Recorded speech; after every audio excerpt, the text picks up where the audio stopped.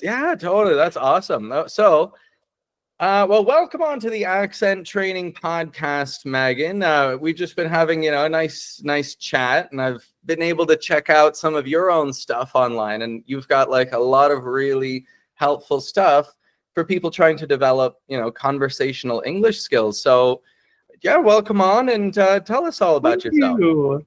Thank you so much for having me. It's such a pleasure to meet you face to face like this, because I feel like I've, now taken a deep dive into your Instagram and into the podcast, the accent training podcast that you do. And do you prefer Pat or Patrick?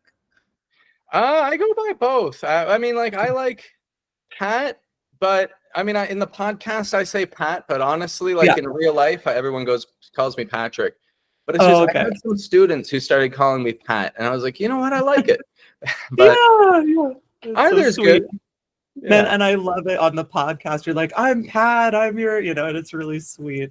Yeah, so I feel like I do like know you a little bit, but not really. It's been wonderful to take a deep dive into your content and to see how you are helping your clients and just people in general. I don't know if you've noticed this, but I've noticed that even people who speak English as a first language, like, will come into my comments and into my DMs and be like, hey, this thing that you were talking about actually helped me. Oh, I usually get people trying to argue with me in that. They say, oh, I don't say Oh, things that way. And I'm like, well, you got a different accent. Like, yeah, but okay. Yeah. yeah.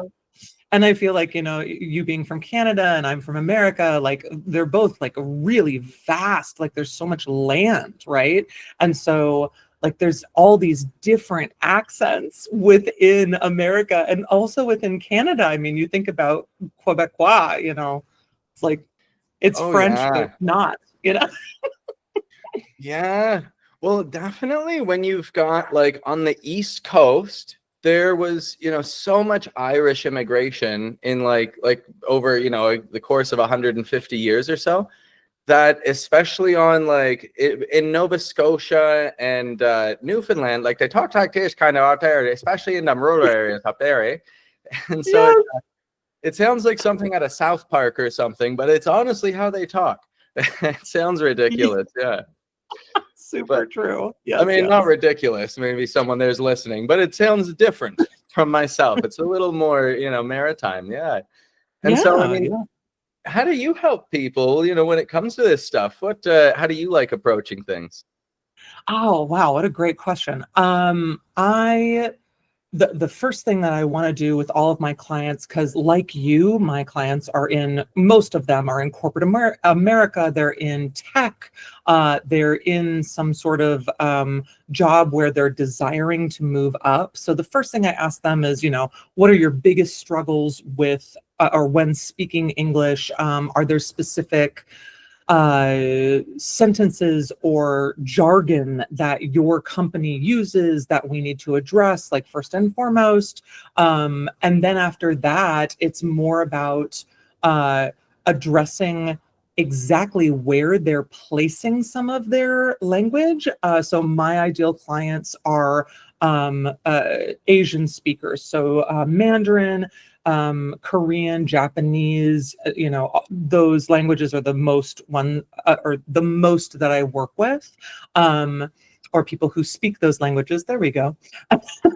And a lot of those languages sit really far back, and they're also tonal languages, whereas English is not, right? Intonation for us has emotional implications and meaningful implications. It does not have word difference meanings, whereas anyway, so yeah, so working with them to find a way to, instead of say the word like school, where it sits really far back, you say school instead, and working on where those vowels and consonants are placed in the face, what you're doing with your lips, teeth, and tongue. Yeah, I know. You're like, yeah, for sure. I work on this all the time.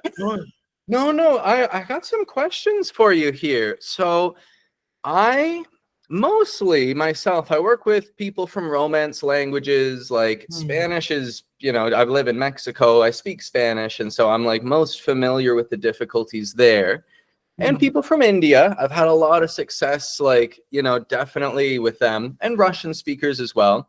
But the, East Asian languages I'm least familiar with. I do have, like, I've seen a lot of success with it, but I haven't addressed like the specific needs or difficulties on the podcast here that people from those languages are coming from. And I know I have a lot of listeners who are from East Asia. And so do you have any like specific insights that you notice those languages, things that, you mentioned that they're tonal. Can you kind of break that down a little bit? And I kind of get the gist of it, but like the different tone totally changes the meaning. Like it's a totally different word. I don't know. Can you dive in there? I'd love to know. Yes, absolutely. So my best example, because most just people know this word, the word thank you in Mandarin is shi, but if you said it like she, they would still know what you're talking about, right? It just wouldn't be how their pronunciation exactly is, right? Um, So, sorry, a question then? Okay, like before, because I tried saying that to a Mandarin, like at a Chinese restaurant. I said shishi, shishi. That's weird for them. Then that doesn't. That's an accent to them, shishi. But yes. how did you say it there? That was totally different. Yeah, so I'm pretty new actually to learning Mandarin. It's an incredibly difficult language to learn. English and Mandarin are two of the most difficult languages to learn, not only in like speech, but also writing, grammar, the kanji itself, all of that is incredibly difficult. So I consider myself like a very new learner to this. But from what I have learned, uh, their language does tend to sit farther back in the face. And they move their lips, teeth, and tongue way less than you would when you speak English. And if if you want to be seen as someone who is confident when speaking English, you're going to have more tone to your voice. You're going to over enunciate. You're going to connect the words in a sentence, but in Mandarin, that is not how the language is spoken at all. So when saying the word shi, right, it's very far back. It's very short as well. And it's shi, right? It's that like ba, right? That's the tonal portion of it. Oh, now when you say that the tongue sits, or well, you said that like the sound is further back. You're referring to kind of like how the tongue like it rests. It's got like a further back resting tongue position, or Oh, just what a curious great if you question. could break into that a little. Unpack. Yeah. So you know how if you're a valley girl, you can almost hear how like the sound sits like at the front of the teeth. Yeah, you're laughing. You see exactly what I'm talking about. Yeah. For Mandarin speakers, their sound literally sits it like near the ear, like where the back of the jaw is. So we use the front of our face way more than Mandarin speakers do. And so it's not that the tongue placement is necessarily different. It's just that the language is further back in the face. Um, Super similar to like Italian, how forward those vowels are, right? Like a caro mio bene, like they're gonna go caro mio bene. That would not be the language. Yeah, we haven't talked about this, but I'm an opera singer and I sing in like 20 different languages. So Oh, so that's why lovely. yeah, that's why when you said like, oh, I work with Italian speakers and Spanish speakers, I was like, this is so cool because I sing in all those languages. And Okay. yeah, so like their language is so far forward, Italian, whereas Mandarin just sits further back. Yeah. And and how would you, if there's a Mandarin speaker listening, how would you recommend that they start, changing that if they wanted to adapt to more, possibly a Valley Girl sound or just a more Americanized English speaking? What might they do? Yeah, it's a great question. The first thing I have them do is move their lips, teeth, and tongue way more than they think they need to. I tell them go 200% with it. And this is actually something that, has been taught for hundreds of years. If you want to learn to do something well, you overdo it and then dial it back 10%, 20%, 50%, depending on how far you went with it in the initially. So if their initial talking kind of sounds like this and they're not moving their lips, teeth, and tongue nearly enough, I tell them go so big with it that you feel uncomfortable. I'm like, make me laugh, like move your mouth and face so much that you're laughing, that this is like so ridiculous. Also, I mean, as a teacher, like when we're laughing, when, we're making jokes, when we're finding emotional connection to what we're teaching, people remember it so much better. So, a lot of my clients, when they initially come in, yes, we talk exactly about like what their jargon is in their company that they need to work on. But then I also am like having them do things like the big black cat sat on the big black rug, Like slow motion, really like exaggerating everything. Uh-huh. Yes. Yeah. Really exaggerate everything. And then the other two things are slow it down. The one thing I absolutely love about your podcast and all of the episodes are how intentionally slow you are with your speech. I cannot tell you how much I appreciate that.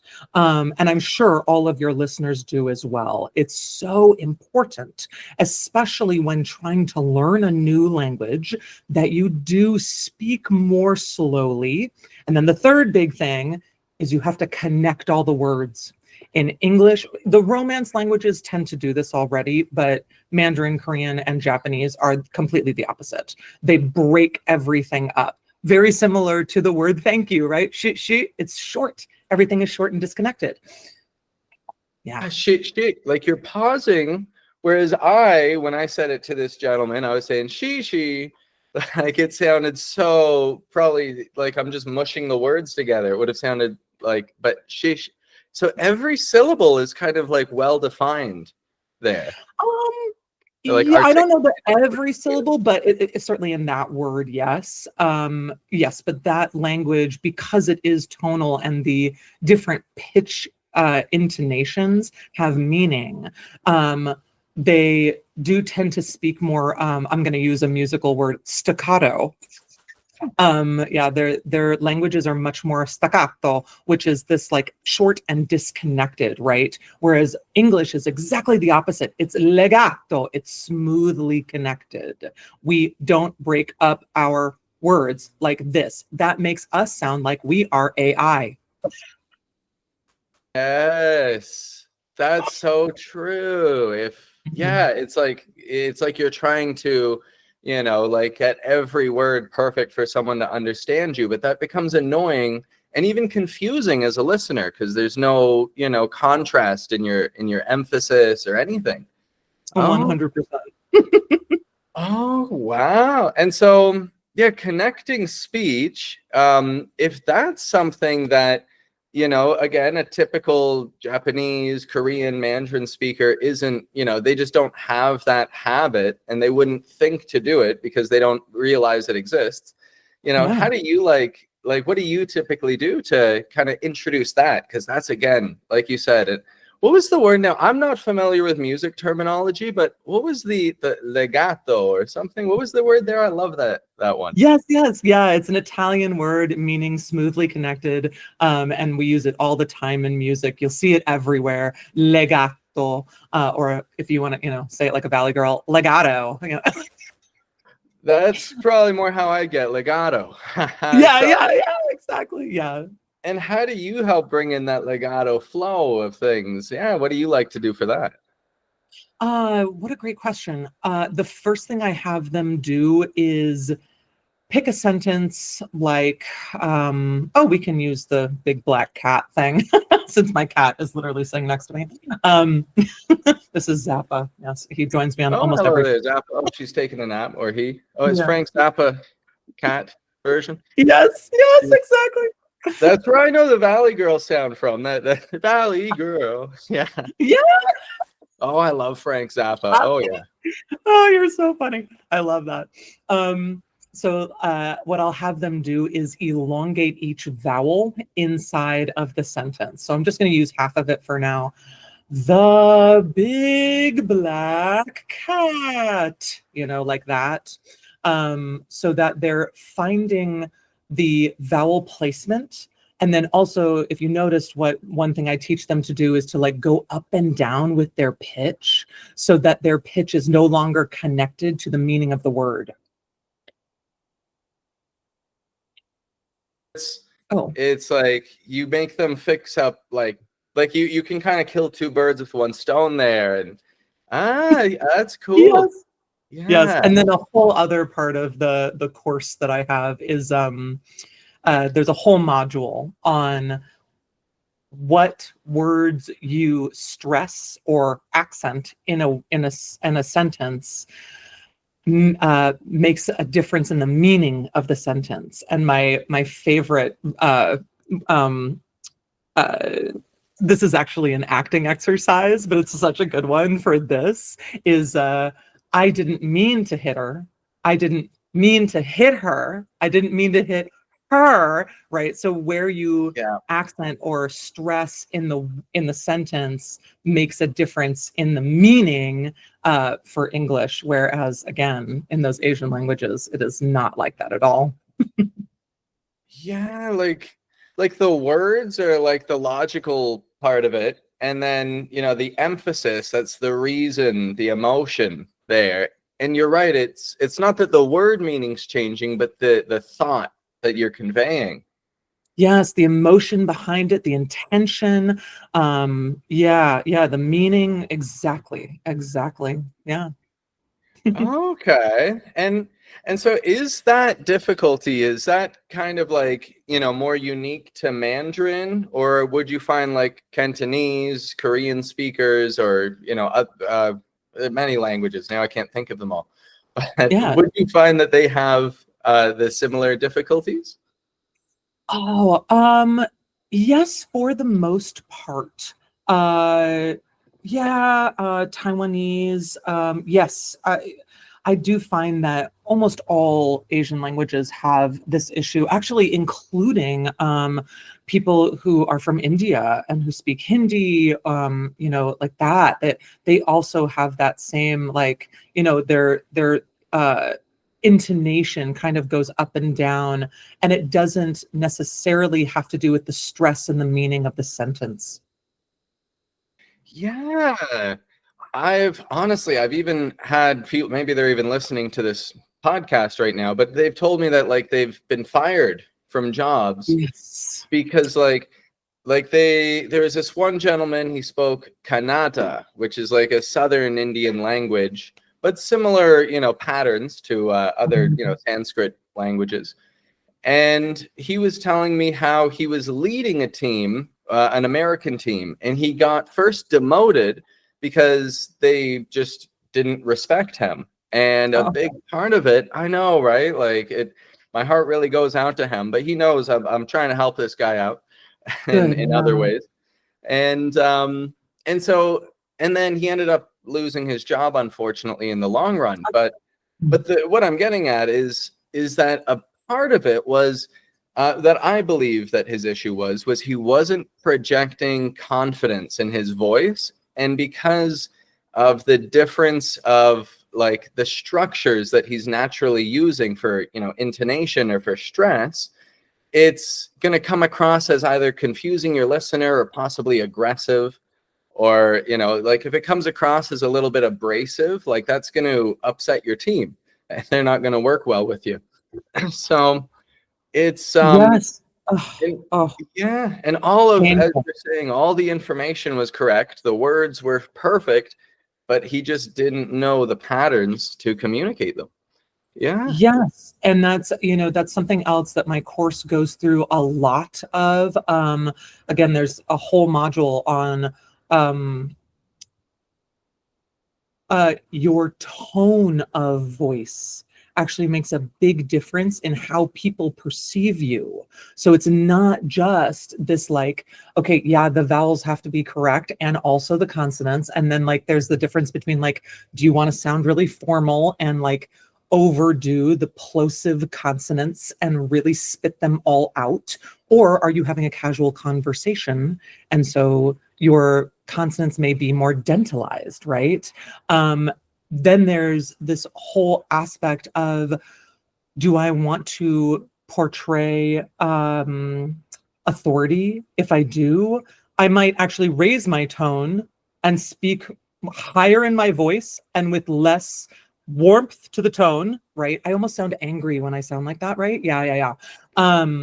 Or if I want to put people at ease, I might relax the tone down, have a little bit more warmth, a little bit more depth to the tone. If I, oh, and then there's the whole thing of questions, right? Again, like a lot of my clients, like yours, they want to be seen as like possibly in the C-suite someday. And so getting them to ask questions with authority, but also use tone that invites in an answer, you know? All this stuff is so difficult and it's so nuanced. Yeah. Oh, Yeah. Oh, totally. And it's like, yeah, if somebody has kind of like a little bit of a lead-in word, a couple of words to lead into a question, like, let me ask you, instead of just asking a question, I'm curious about this. That tiny little bit there, it does, it kind of like helps someone let their guard down a little bit. They anticipate what's coming next, and it softens it. Even if you're delivering bad news or asking something uncomfortable, it comes across, maybe it's going to be a little more welcomed if you do it. yes. Yeah. Yeah, tone has so much to do with that, and exactly what you're talking about, like not just how do you ask the question, but how do you introduce that question so it doesn't feel accusatory or like blaming, like yeah. Absolutely. Oh, this is some fascinating stuff. And so actually I'm curious about something. So at the moment, I'm working with a woman from Malaysia. And Wonderful. yeah, so she's a Malaysian Mandarin speaker. And now, I mean, it may be like splitting hairs. I'm just curious if you've noticed anything about the difference between the typical Mandarin speaker and someone from Malaysia, just in case. I'm sure she'll Ooh. listen to this whole thing all the way through because you're giving some great tips. I'll make sure she does. I'll send it her way. Yeah. Oh, So what thank do you you. think about Yeah. that? Mhm. Um, you know, I don't know that I've noticed a huge difference in my Malaysian speakers who speak English as a second language. Um, I will say though, but I think that's because Malaysia is a really big city. And so like the biggest differences are when people are not from a big city, but they've, grown into some really important job. And just, their smaller town hasn't given them either the social skills or the social emotional skills or the speaking skills to level up in this new position that they're in. Yeah, I don't know that I've noticed a big difference. Is there anything specific that she particularly struggles with?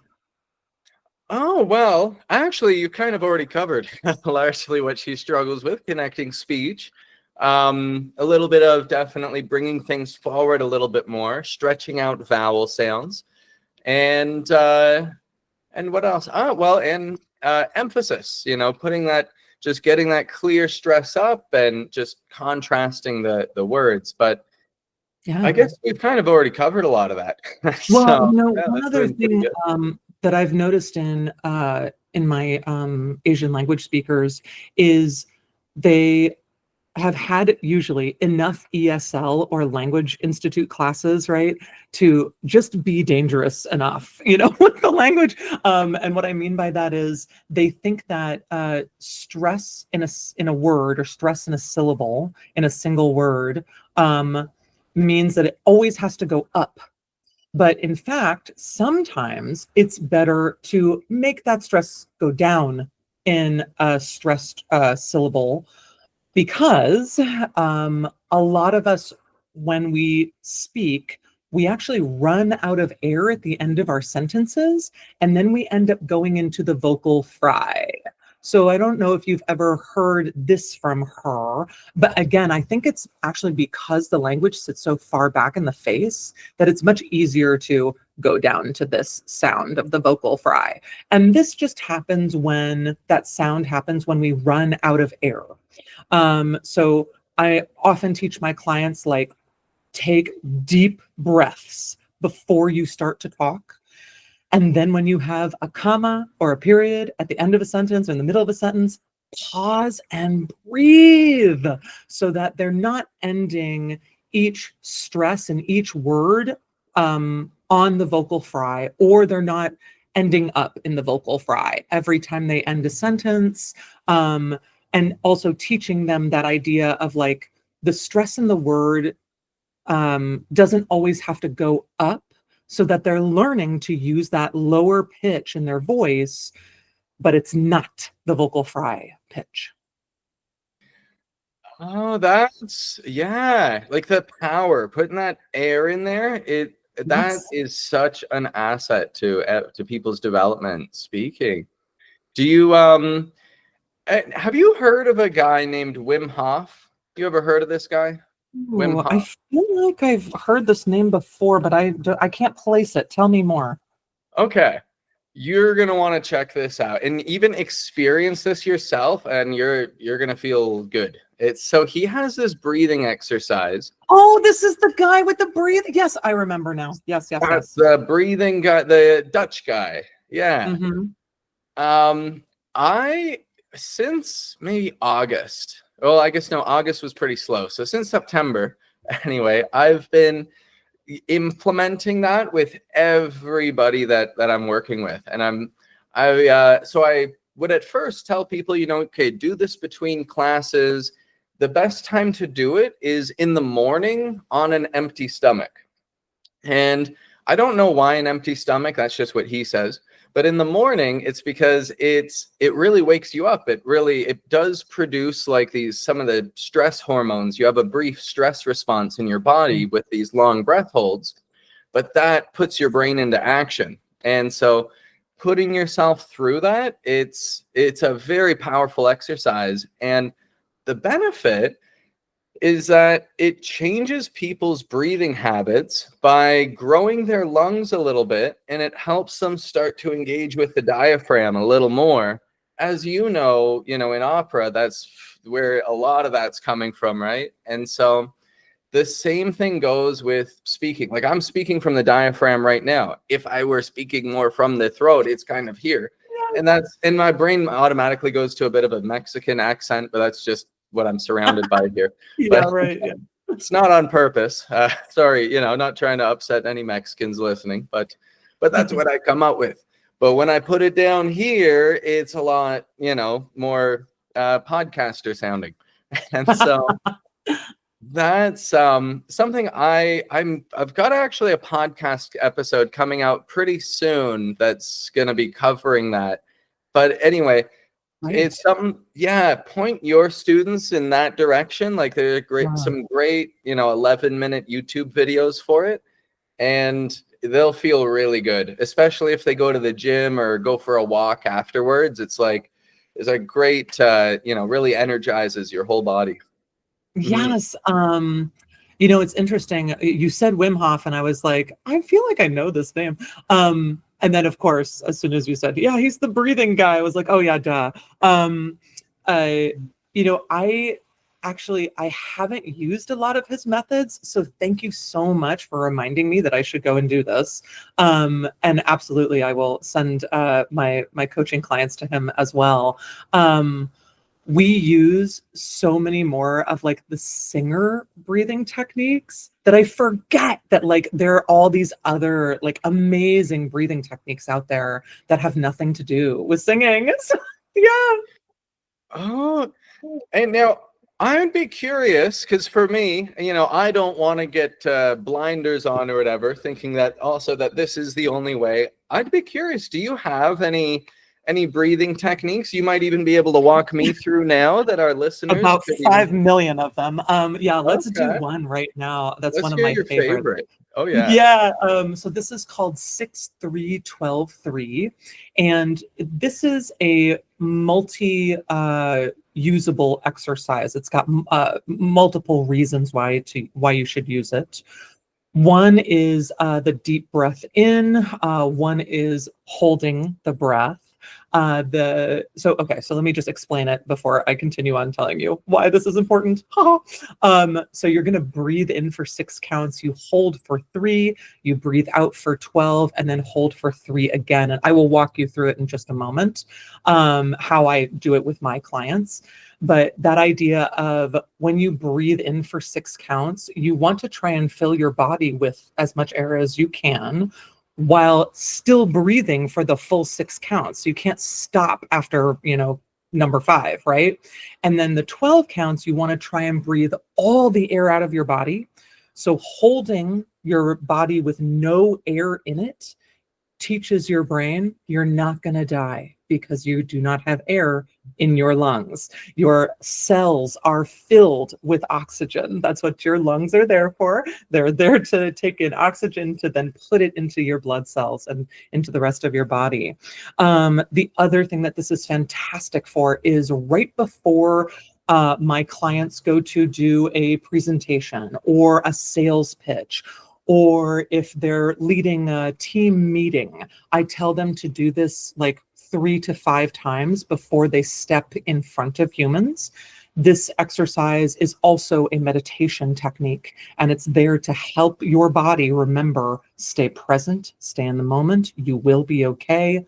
In this moment, you are safe. All of those things kind of help when you're talking in front of humans and also speaking a language that is not your native tongue, that you are going to be okay. So you ready to try it? Oh, totally. Yes. This All sounds right. this sounds like so much fun. Yeah. Well, it All sounds right. great. I'm excited. Let's do it. Yeah. Cool. Place your feet on the floor. Relax your body. You can close your eyes or unfocus your gaze as you need. And just take a nice deep breath in through the nose if you can. And release it out through the mouth. Again, try to take as much air in and let all the air out when you're breathing out. One more time in through the nose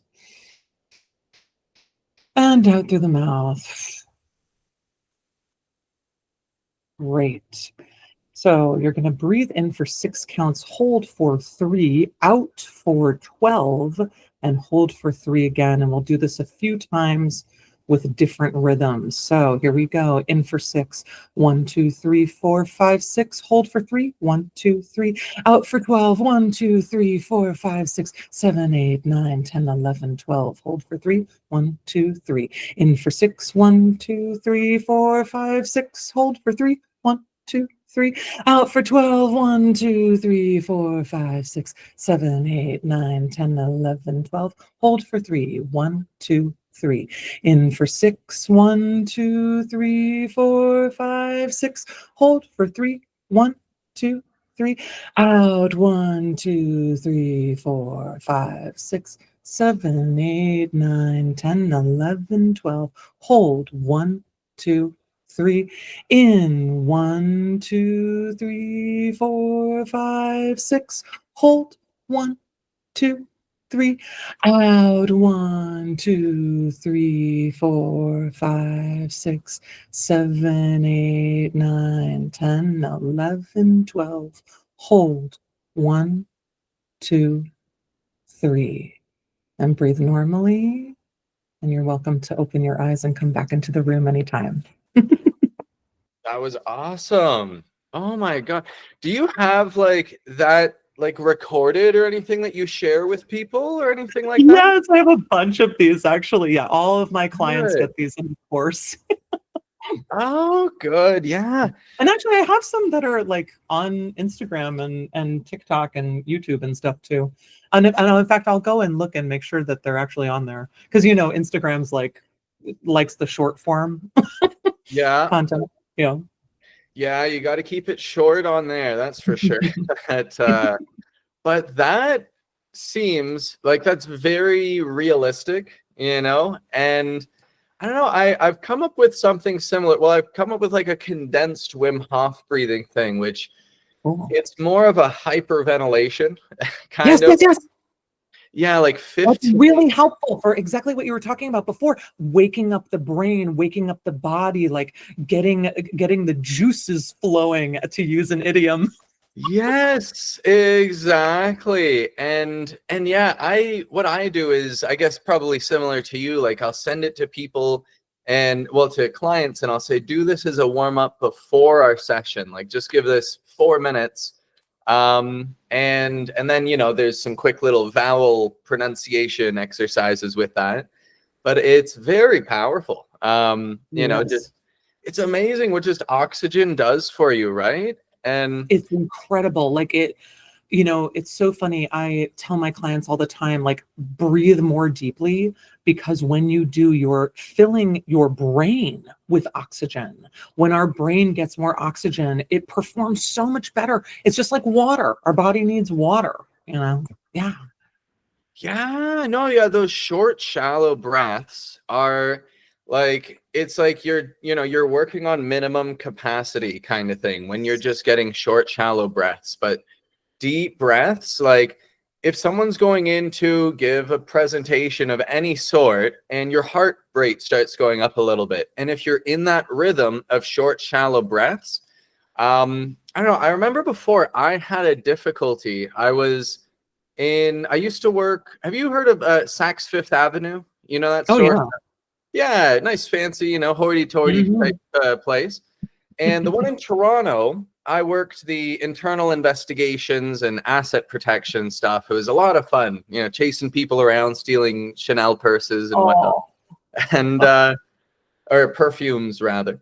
But anyway, so there was one time a guy came in and everything's done on iPads, like the point of sale and stuff is on iPads.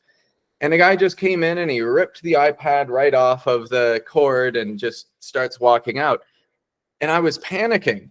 I was the only person at the moment, like, who was active on this end of the store, and everyone Mm. else was in this other office, elsewhere. And my heart was racing, those short, shallow breaths. And I picked up the walkie-talkie and I was like, please, somebody. And then I realized, like, oh, I can't speak like that. Like I've got to have some authority here. And so I put it down for a moment. I remember I took like maybe 2 or 3 deep breaths in, just like got some focus. And at this point, the guy was already walking out the door. But but then I could pick it up again and just report what was happening. And they were like, yeah, whatever. It's a $200 iPad. Like, keep an eye on the $50,000, fur coats. Yeah. So Well, but you learned something like super valuable, which is yeah, that, that moment of breathing can actually change the course of our lives. We can't always affect what other people do, of course, right? We're not in charge of other people's behavior. But I'm absolutely in charge of my own. And so, like, how do I want to behave in this situation? Do I want to freeze or do I want to act and act within my value system as well? Like exactly what you're talking about. This, like, okay, I know what my job is, I know what they're paying me for.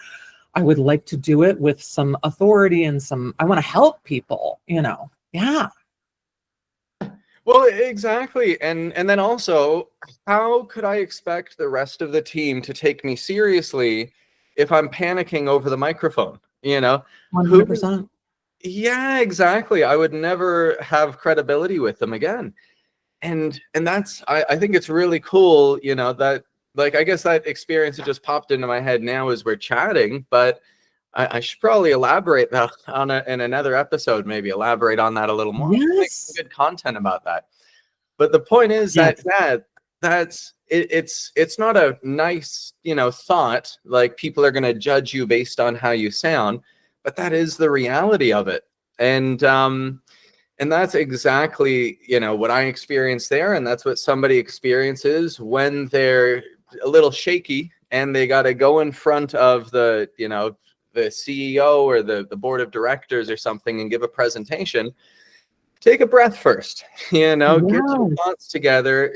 As Megan just mentioned, a little bit of oxygen in the brain, that's going to go a long way, and your voice is going to be clearer, everything. Yeah. Yes. Oh, of course, of course, of course. Yeah, it's vital, and we really do take those deep breathing, our deep breathing abilities for granted. That's so true. Well, that's great. Well, I do got to get to wrapping things up for Yeah. today, but do you have any, final words of wisdom that you'd want to send our listeners off on today?